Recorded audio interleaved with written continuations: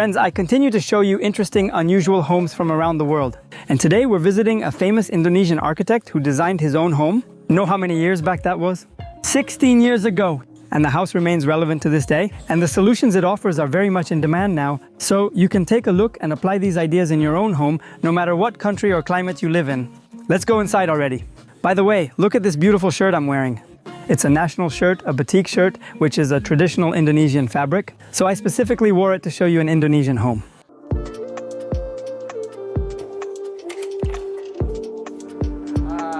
Hi, Antonio. Hello and welcome to my home. Thank you very much. Your house is very beautiful. When you approach this house, there's immediately a very pleasant sound. I plan to build a house surrounded by the sounds of nature, harmonizing with it and offering stunning views. Let's take a look at it together. Tell us, please, what's the total square feet inside the house? This building's footprint covers approximately 6,500 square feet. What about the square footage of the property itself? The overall expanse is around 16,000 square feet. And tell us, please, how many floors does the house have? Only one floor. Can you elaborate on why you didn't make it a two-story house and only made it one floor? I chose the concept of a single-story house because from the beginning, I wanted this house to feel as if it were in the middle of a forest. I didn't want a two-story building, only a single story. So if you look around, all the surroundings seem to be part of this building. The kitchen, living room, dining area, it's all one common space. Here's the living area. And notice that all the furniture is very low. You see, this is done so as not to clutter the space because large bulky furniture clutters the space, whereas low furniture, on the contrary, makes it more spacious. And notice, this idea is applied throughout the entire apartment. Very thin edges on the furniture. This effect is created because you see the countertop itself, it is thick, but since the edge is beveled, it looks like a thin edge. And this idea applies to all the furniture. See, on the cabinets, even in the pull-out systems, the same idea is applied. The same is done with the chairs and the table. See, it's also beveled, making the chair seem very small and light.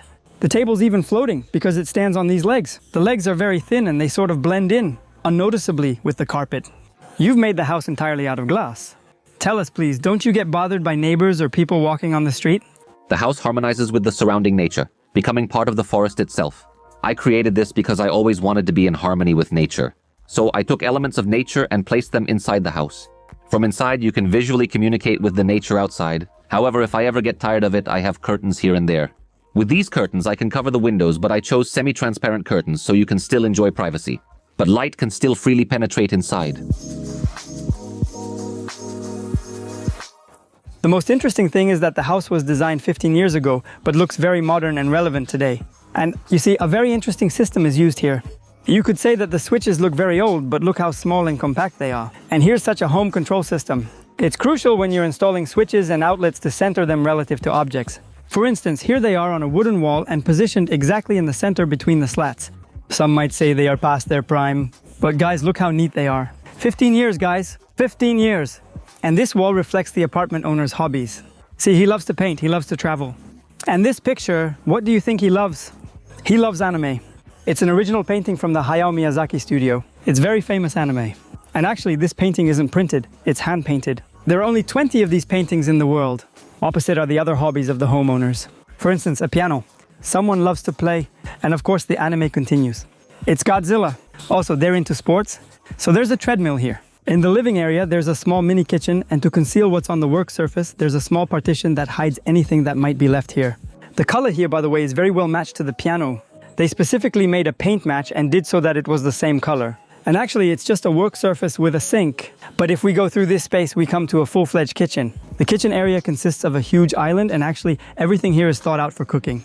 There's a freestanding refrigerator from which you take out food, put it on the countertop, then you wash these products, then you chop them up, and then you cook on the stove. And notice that the stove isn't made in the usual way with 4 burners, but rather the burners go in a row. Another such an unusual, interesting solution. Well, I think such a spacious kitchen with natural light could be every housekeeper's dream. Tell us, please, because your house is made entirely of glass, isn't it hot here? From the very beginning, the movement of the sun was a very important element in the design of my home. That's why I needed to know exactly where the sun rises. So I positioned this house so that the morning sun rays could light up the living room and dining area. The morning sun also hits the children's rooms well, but in the tropical climate, we also need protection from the scorching sun. That's why I created a canopy that protects not only from the sun, but also from heavy rain. I made the canopy extend 9 feet in one direction and 13 feet in another. But since there's a wall of plants behind the house, I made the canopy only extend about 3 feet. Nevertheless, that's enough to protect the house, as if the house understands the surrounding nature and sees what it can do. Thus, you can enjoy the morning sun, avoid the day's heat from the west, and if it's raining hard, enjoy it. For us, coming from a colder climate, it's on the contrary all about maximizing sunlight exposure and fighting off the cold.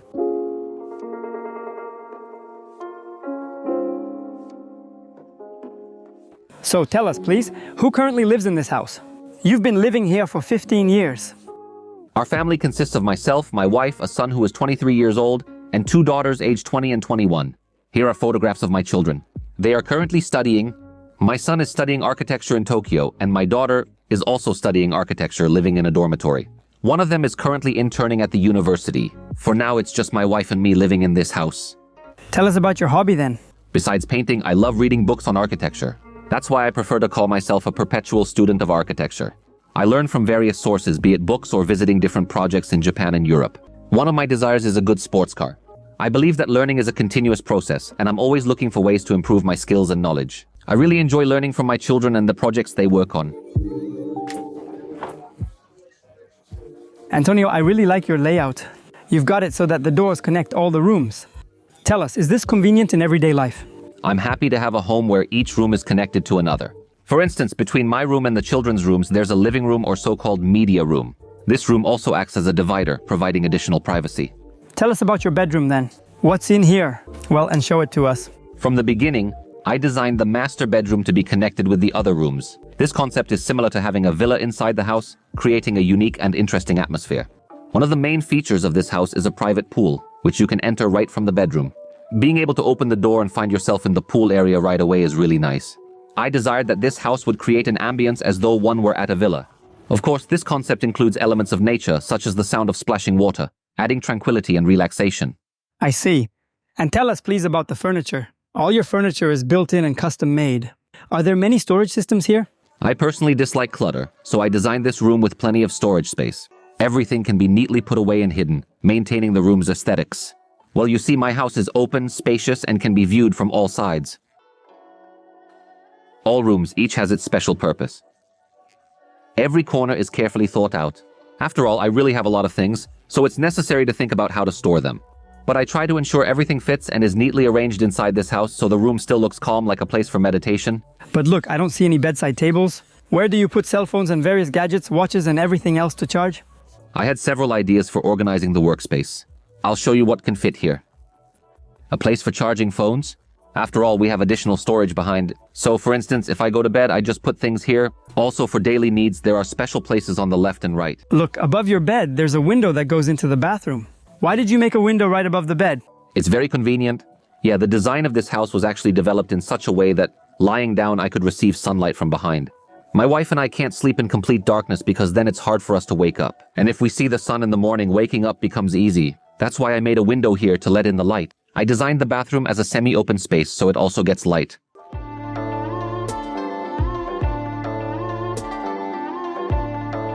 And the most interesting thing, this entire side across all rooms is made of custom furniture.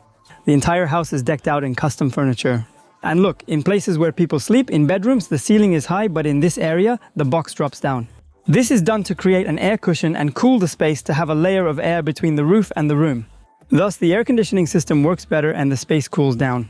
I also really like the idea with light because there are no dangling chandeliers and spotlights. The light isn't direct. See, the lighting comes from behind a niche and it reflects off the white wall and lights up the room. Plus, there's a large number of pendant lights. And of course, this niche into which a light fixture is built. And look, there are so many details here. Notice, our cabinets stop a few inches short, creating this beautiful niche, and in this niche, a very small cool shadow. This all connects with the bevels on the cabinets. And you see, here's such a thin angle. Actually, these solutions are now very popular in furniture. But the house was built 15 years ago. Crazy, considering it was conceived even earlier. That is, the architect really thought all this through in advance. And of course, I really like that the air conditioners don't attract attention. Firstly, the air conditioner is on a white wall under which a special niche is made. In case of anything, in our projects, we cover this niche with a certain grill. Here, the air conditioner is left in one place but not covered. Well, and the most interesting thing in all rooms is that this is done uniformly. so that when you move through the space, there's no dissonance because there's some system and people like systems. Here we've got one very interesting room. It is firstly a home cinema, and secondly, it's an internal living area. And the most interesting thing is that it's located between the master bedroom and the children's rooms. Thus, the family can gather in their own small internal living room. A very interesting layout idea. Plus, there's a home cinema here. You can take a seat, close the curtains, and watch movies with your family. And notice, to visually enlarge the space, the cabinets, these shelves, they don't reach the floor. There's a little space here. And by the way, all these solutions very cleverly hide the outlets. If you notice, here the connection of the light fixture isn't visible because the outlet is hidden from sight. When you look from above, it's covered by the cabinet. To not disturb each other, the doors can, of course, be closed. Here are hidden doors, they close, and voila! The space becomes enclosed, creating separate rooms. And when we want to be together, we can open this all up. And it creates a very cool effect.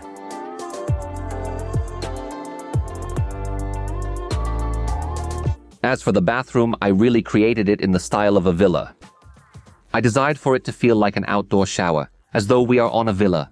Everything's designed to create the ambience of being at a villa. The reason I chose this design is because I wanted to enjoy the sunrise. Light comes into the bathroom when I take a shower.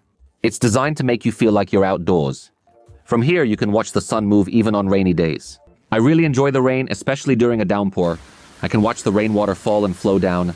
I really like it. The design of the bathroom isn't much different from the design of the house. I made it light and airy. Because the same type of wood is used on the walls and ceiling, this wood creates a sense of lightness and comfort. And tell us, please, you have a grated floor here. What's the drainage system like? I specially made all the wooden elements to appear as if they're floating in the air. Actually, there's a layer of ceramics underneath it all which makes maintenance easier. I made the floor with a slight slope in that direction. Such design is often used in similar designs. I also really like this thin edge here. You see guys, there's a slope here and actually the countertop is thick, but because of the bevel it seems very thin and weightless. And see, here's the idea that the base of the sink is made of wood. And this wood blends with the wall wood, making it seem like the sink is floating in the air. To enhance the impression of the slope, I installed a line of indirect lighting. So if it's night, the bathroom looks even more floating. And I like the mirror effect too, that it stands off the wall and creates a floating effect too. But I have one question for you, Antonio. Tell me please, my girlfriend has all sorts of jars, cosmetics, you know. So where did you hide all these little jars that clutter up the interior? I need to design everything so that it's all hidden. I want everything to look neat and organized. That's why I came up with this. I want this bathroom to be a cozy and calming place. This place has already become a part of me. Sometimes I like to rummage and look for books here. Here you will find everything, even face wash foam. I really like that the air conditioner is hidden behind a closed door and it doesn't spoil the interior. I really like that your shower stands right behind the tree. Show us this area. I want to feel this villa ambience in my own home. That's why I have an open-air bathroom and an outdoor shower. It feels so nice to shower in the open air. And there are pebbles here. That's a great foot massage when you're showering. And the soap dish here is portable. It already has soap on it. That means you don't need to pick it up with your hands. And you can put it here and then take it, move it, place it there.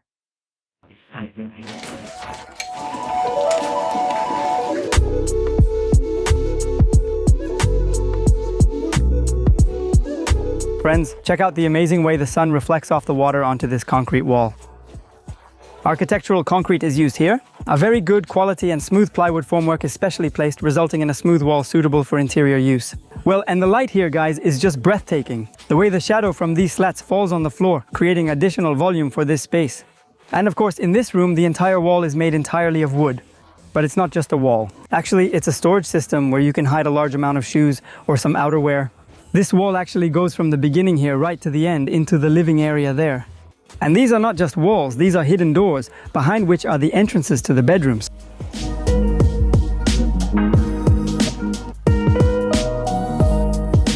Here we have a garden on the roof of the garage and the garage itself underneath. Wow, you've got 3 cars. For Monday, Tuesday, Wednesday, and so on in a circle? Yeah, it's my hobby. Yeah, I know. Here I have an Aston Martin Vanquish and an Aston Martin DBS Superleggera, which were in the movie No Time to Die. And behind them we have an Aston Martin Rapid. How often do you drive them? This one I drive only once a week for cafe visits. Friends, I hope you like this house. Ask your questions, write comments, like and react because it's very important for us and for YouTube's algorithms. And of course, personally, I really like the house. Especially the fact that it's already 15 years old, but it looks just as relevant now. See you in the next videos. Bye bye!